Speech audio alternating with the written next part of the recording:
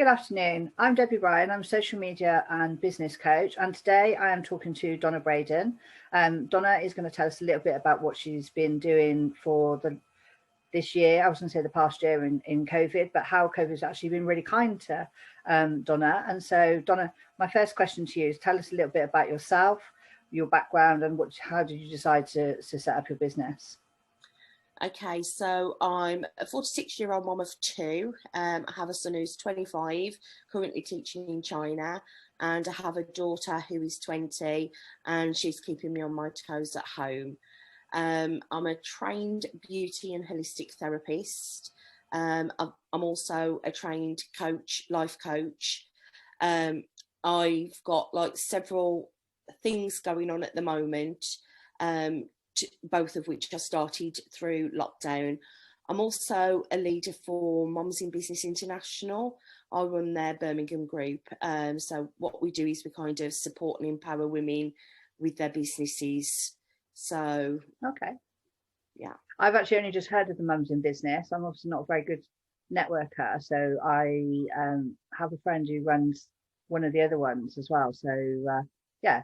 It's a really good concept. I think just tell people a little bit more about what it's for. Yeah, they are an amazing networking company. Leona, who set it up, she set it up about 14 weeks ago. So this was actually through COVID. Okay. She previously had a similar business before, and a lot of her followers have come over to Moms in Business International. And like I say, we support women in their businesses. We do a lot of things like Follow Fridays, Tenner Tuesdays. But unlike a lot of other networking groups, we actually educate women, and we provide we provide a lot of value to the groups. Mm-hmm. So we find out what it is the women are struggling with, what it is they want to help their businesses move forward, and we do everything we can to support that. That's fantastic. We've still been able to run courses. We do them via Facebook groups or via Zoom. You know, the Facebook group ones tend to work really, really well, and they're very, very low cost, but they get such a lot of value. The reason they work so well is because they're put into a private Facebook group where they can see the lives every day. But if for some reason you don't catch the live, or, you know, something happens as you can't do the course that day, yeah, which you know, you don't know from day to day what's going to happen. No. Or if you're too busy during the day, you can catch up overnight. So it's one of those things that you can do at your own pace. And like I say, the cost is very low. And you have two businesses as well as this? Yes, both of which have been set up through COVID. Okay. Yeah. Tell us a little bit about what's behind those two businesses. Did you start them together, or did one lead to the other, or how did that all work for you? No, they've both been set up separately. I was previously in network marketing just before COVID. And like I say, as a beauty and holistic therapist, I was doing treatments.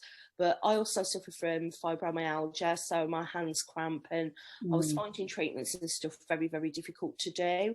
So when COVID hit, it kind of gave me the opportunity to look into doing something different. You know, I didn't want to lose the knowledge that I'd built up over the years through doing my treatments. You know, I'd learned a lot about branding my business. I'd learned a lot about marketing my business, things that a lot of like mobile technicians and small businesses are not always aware of.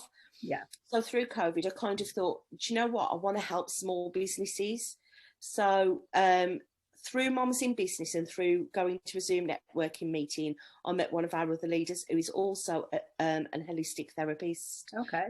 So I'd had this idea for a couple of months, but I like to do collaborations because, you know, you can, one person's strength is another person's weakness, and you can help each other out.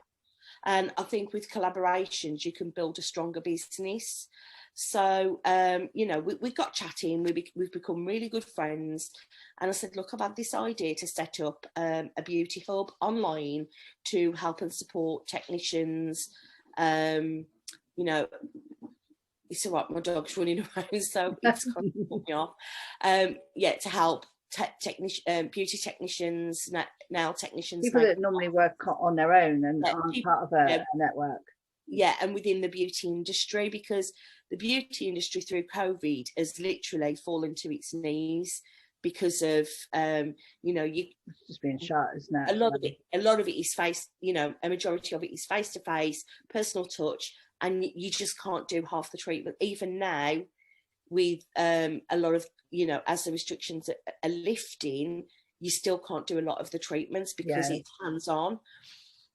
So like I say, I didn't want my beauty knowledge to go to waste. So we had a chat, and we've set up Funky Flamingo's Beauty Hub.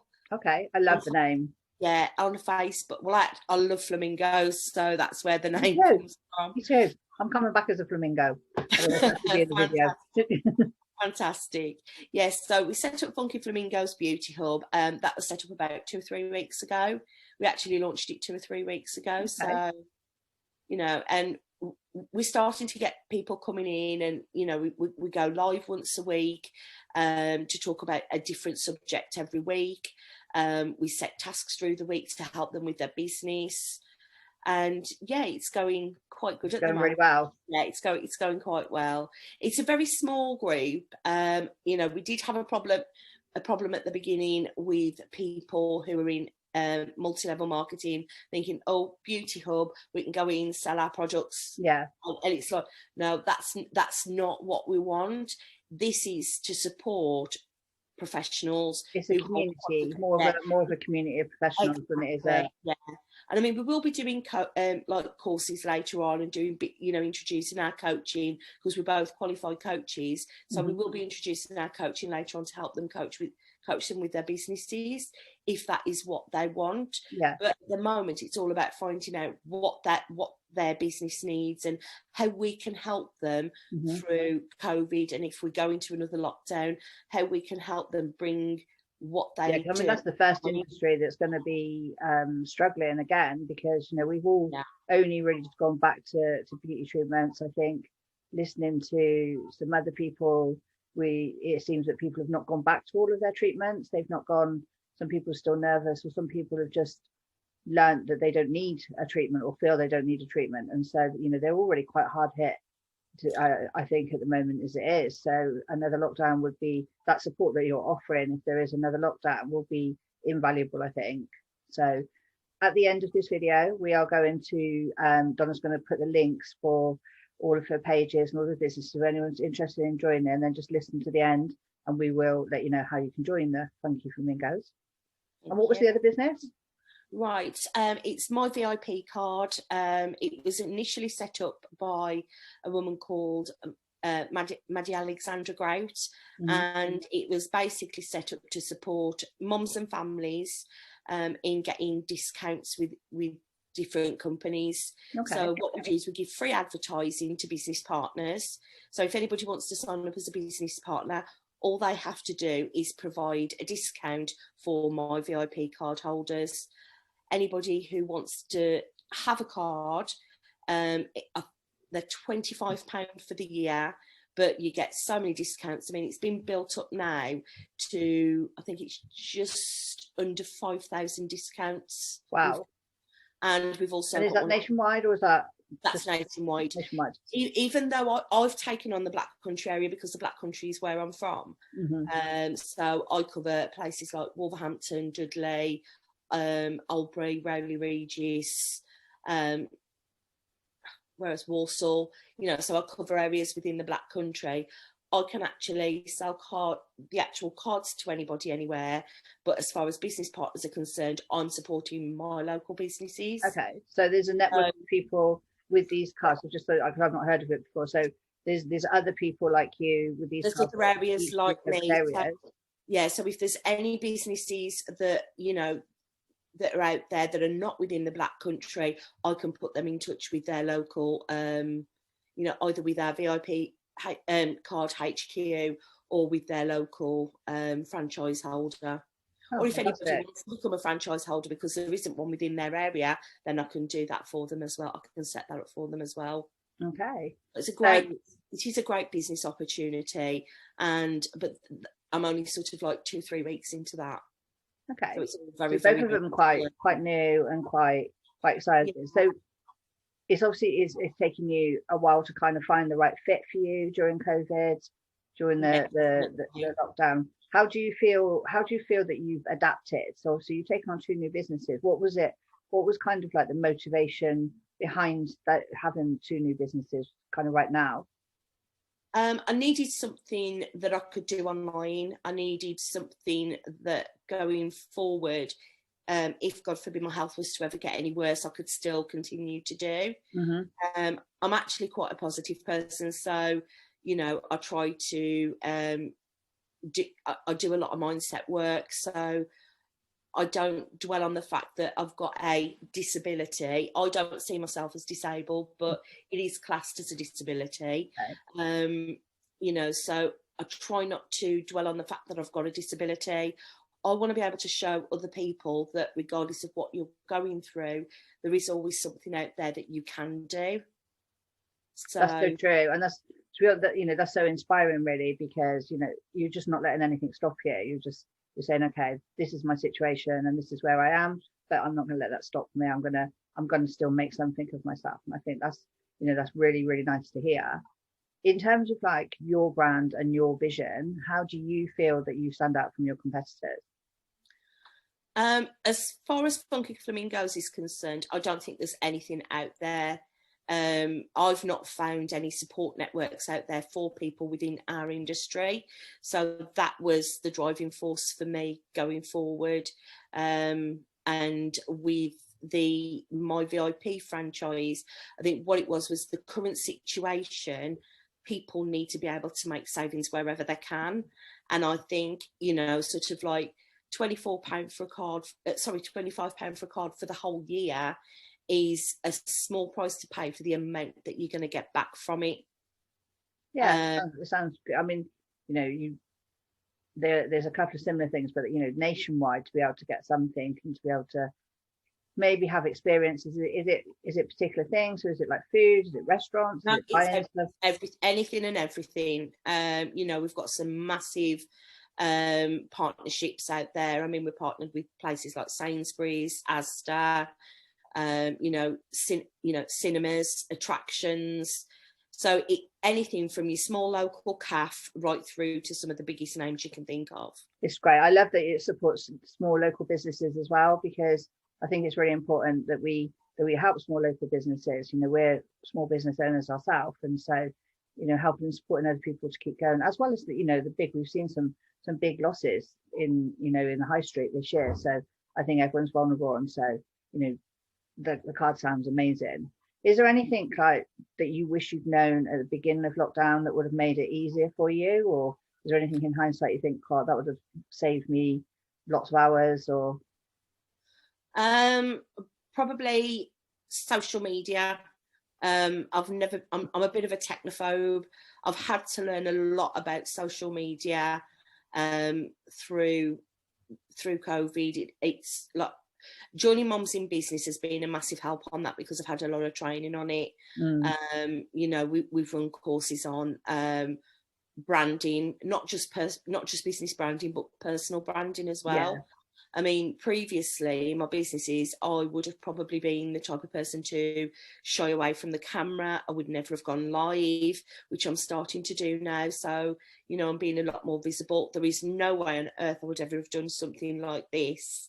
So You were one of the first to step up as well. I mean, in terms of branding, we always say, you have two brands. You have a personal brand and you have a business brand, and you have to brand the two together. It's and a lot of people do shy away from that, unless, especially if you're service based, people need to know who it is that they're talking to, which is obviously one of the reasons for doing the interviews, for you to get your message across and people to meet you as such. So do you, like, what's the biggest challenge that you faced, and how did you overcome it? Is it social media, or would it be something else? I think it would be the social media side of things. Because, like I say, I was a complete technophobe. I didn't know anything about scheduling. Didn't know how to do a story on Instagram. I didn't know how to do a story on Facebook. My children literally take the mickey out of me because of how much of a technophobe I am. But They now, teach you. They probably know, like they probably know more than you. well, I think. that's the. But now, when I know how to, I mean, I will literally, because I've got like 4 or 5 groups that I kind of take care of on Facebook. I will literally sit down of a Sunday and I will sit and do all my scheduling for the week Okay. ahead, so that everything's done. And all I've got to do then is just go in and engage. And then it leaves me time for more income producing activities or research on content. It's like I'm looking to start doing a blog for beauty, which I can then put into the Funky Flamingos. And I'm also working on another collaboration, which is going to be launching before the end of the year, which is a completely different business. Okay. But it's all people I've met through networking as well. So in terms of like, I don't know what you think your unique skill is that's made you so successful. Is it your motivation? Is it your drive? Is it the fact that you like to do collaborations? What one thing do you think is making you successful? Collaborations. Yeah. And they're all through networking as well. That's one of the things I'm very passionate about, is networking. So I try and attend, even though we're in lockdown, I try and attend at least 2 or 3 networking events online per week. Because like the people you meet are amazing. They're on the same wavelength as you, you know, so they understand the struggles, but they also understand the wins as well. And, you know, some of your biggest cheerleaders come from the people you meet through networking, because they're on the same journey. I think it is, you know, getting people who speak your language. I always say it's people who speak your language, and sometimes I have the same thing, in that lots of my friends are employed, and you know, they don't understand that whole let's grab your laptop at 5 o'clock in the morning and start work type thing. So yeah, I think, you know, like you say, it's the people you meet that are in a similar boat to you, or people that are above you. I think sometimes even when you're meeting people that are above the stage that you're at, I think that can be pretty inspiring as well, to, you know, to see somebody who's already done the journey that you're doing and know that actually, you know, if you just mirror, then you're going to get to that same place. I think that's really inspiring. So if somebody was to come to you now and say, you know, what advice would you give somebody who's wanting to start up but is a little bit too scared or a little bit too nervous? What would you say to them? First of all, not to be scared, you know, because there's a lot of people out there that will help and support you. You know, go to networking meetings. That is one of the biggest things I could advise anybody to do, because you never know who you're going to meet. And it's not necessarily, you know, who you meet. It could be who they know, because, you know, it's their wider circle as well. So if you put across what you're wanting to do in business, they might know somebody that can help you. And it's like with the business, like when I go networking now and I say what I do, it might not be something that they're interested in, but they might know somebody who's interested. Another thing is, you know, if you're not up on social media, then definitely, you know, geek up on it. Yeah, I mean, the social media is one of the biggest keys. Like for my clients, that's kind of where we start with the social media. A lot of them have already got businesses and then just need that bit unlocking. So yeah, I'm very proud of you for actually getting through all of that very quickly. It can be quite overwhelming, social media. I think it's one of those keys. What do you think is the biggest reason that people fail in business? What's the most common reason do you see? Lack of belief in themselves, lack of support. You know, if they don't know where to go for support. I mean, if you're a woman or a mom in business, then, you know, please reach out and join Moms in Business. They've got over 64,000 people in the main international group, and then we've got well over 100 local groups that you can get in touch with and get support from.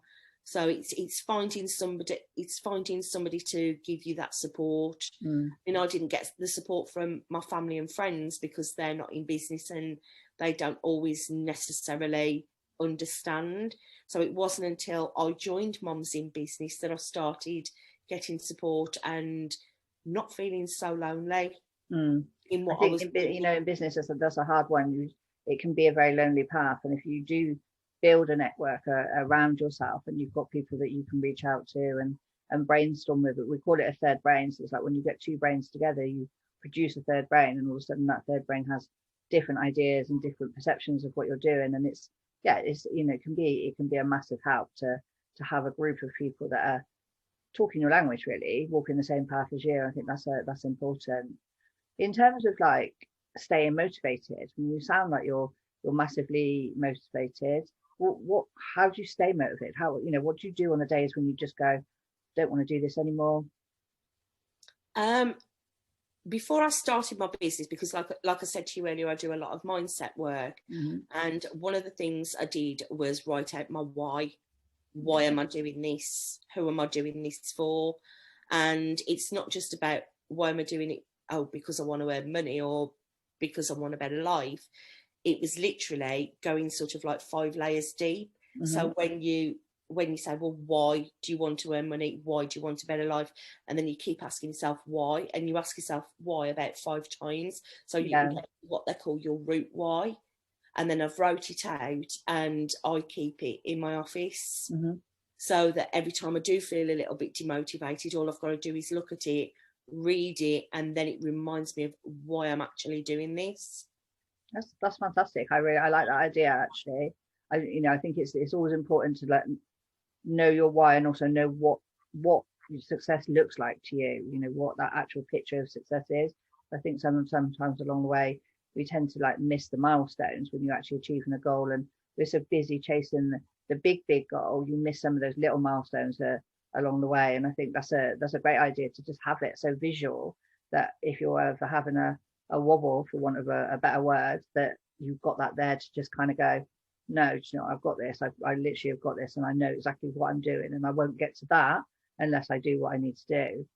I think it's also important to celebrate your small wins as well. Yeah, totally. Like, you've got 1 new client this week, or, you've had 5 new followers on Instagram.